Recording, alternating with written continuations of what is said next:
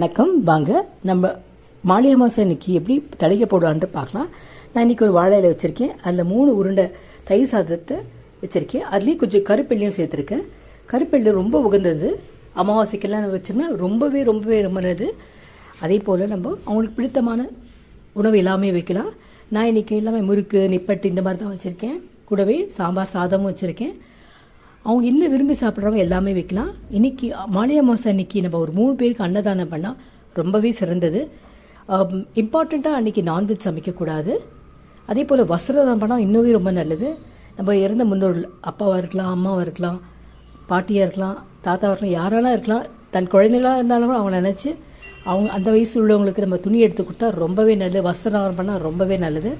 எல்லாரும் செய்யுங்க, முடிஞ்சோட செய்யுங்க. செய்யவே முடியலன்னா கூட அட்லீஸ்ட் ஒரு 3 உருண்டை தயிர் சாதம் வச்சு அதில் கருப்பெள்ளி சேர்த்து காக்காக்கு வச்சாலே ரொம்ப காலம் சிறந்தது.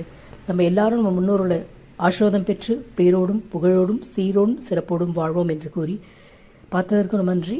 தேங்க்யூ.